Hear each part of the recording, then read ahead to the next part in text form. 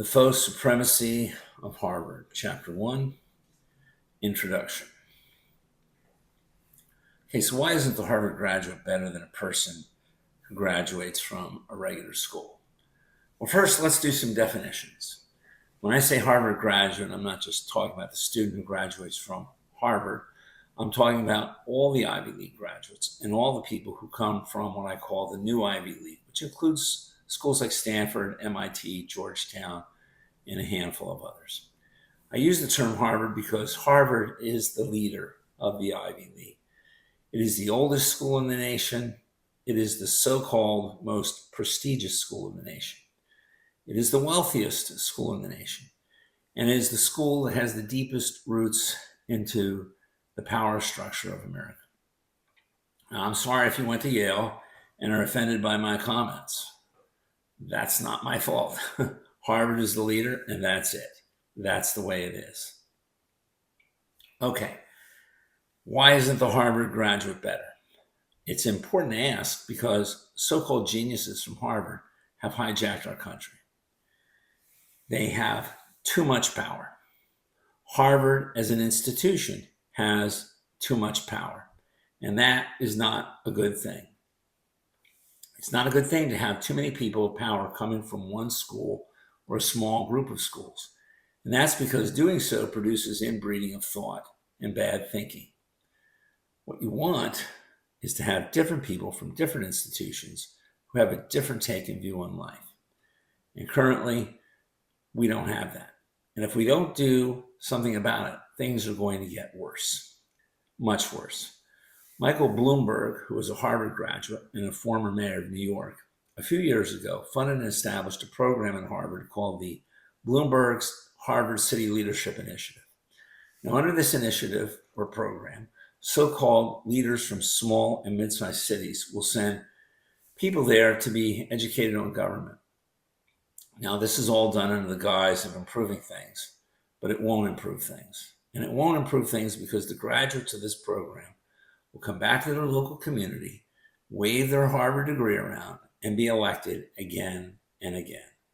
And then we will have one more group of people who will see things Harvard's way. And if it's one thing that Harvard loves, it's money for Harvard graduates and the pigs of corporate America. These newly minted Harvard graduates will institute programs that will benefit the ruling class and the so-called Harvard elite and do nothing for you. They will waste your money on ludicrous programs that are spun as beneficial to the poor.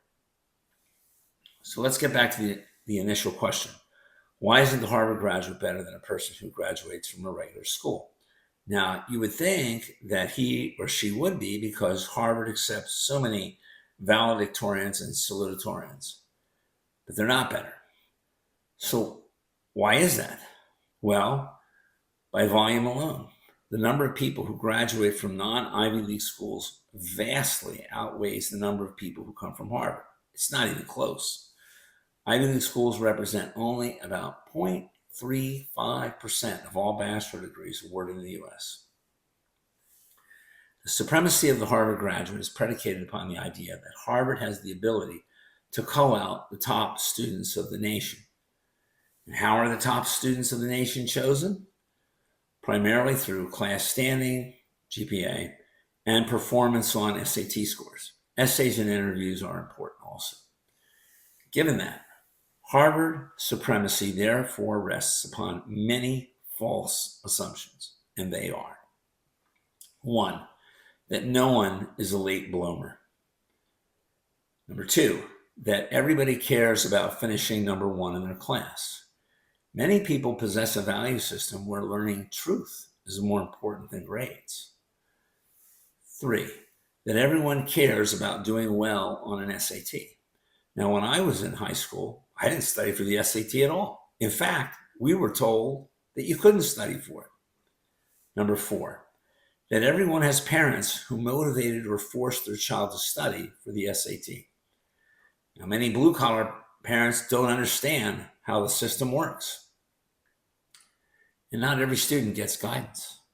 I can't remember a guidance counselor guiding me at all. Number 5, that everyone is emotionally capable of doing well in school. What about those children who come from broken families? They aren't concerned about being number one in their class. They're concerned about emotional survival. Now, I would say that applied to me. Number 6, that everyone who does care about being number one and does do well is able to go to Harvard. Richard Nixon wasn't able to attend Harvard. He had to take care of the family store because his father was ill. Number 7, that really bright people who have attention deficit disorder were diagnosed properly and given the meds necessary to excel. Number 8, that all the people at Harvard earned it. Harvard takes legacy students. These are children of former Harvard graduates. The Ivy League also accepts celebrities solely because they're celebrities. Number 9, that all bright people have the gift of smooth talking and buzzword artistry. Number 10, that every bright person desired to attend Harvard. There are a lot of bright people who never considered attending an Ivy League school because it wasn't in their value system. Now, I'll give you a story from my own personal experience. I was in 12th grade, and I was sitting next to a classmate named Steve Morgan, and he was filling out an application. Now, Steve was a bright boy.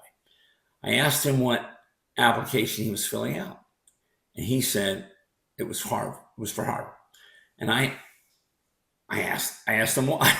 I really wanted to know why. I was confused. He thought I was asking a stupid question, and so he replied, because I want to go to Yale. Now, I was asking because I couldn't comprehend why someone would go to a school so far away from where I was living. Now, for me, 8 hours away was a far distance. I just wasn't of that mindset. I just figured that people would go to a school close by to where they lived. It never occurred to me that there were people who looked at schools as stepping stones to power. I thought that you could go to any old school to get an education. I never thought of some schools as being better than others. I still do think that way.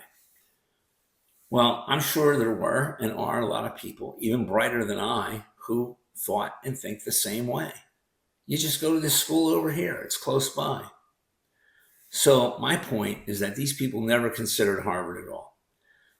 So why should they be excluded from the power grid, the real power grid? Now let's look at the siblings of Harvard graduates who chose not to go to Harvard. They come from the same parents. And if it's one thing I've noticed in my life, it's that children tend to have the same intelligence level as their parents, unless, of course, they've suffered some bizarre neurological event. So why should the siblings, who may be smarter than 50% of Harvard graduates, be shut out and discriminated against? And make no mistake about it, Harvard is a discriminatory institution. It was set up by elitist Anglican bigots to extend their power over the world. And they are bigots to the core.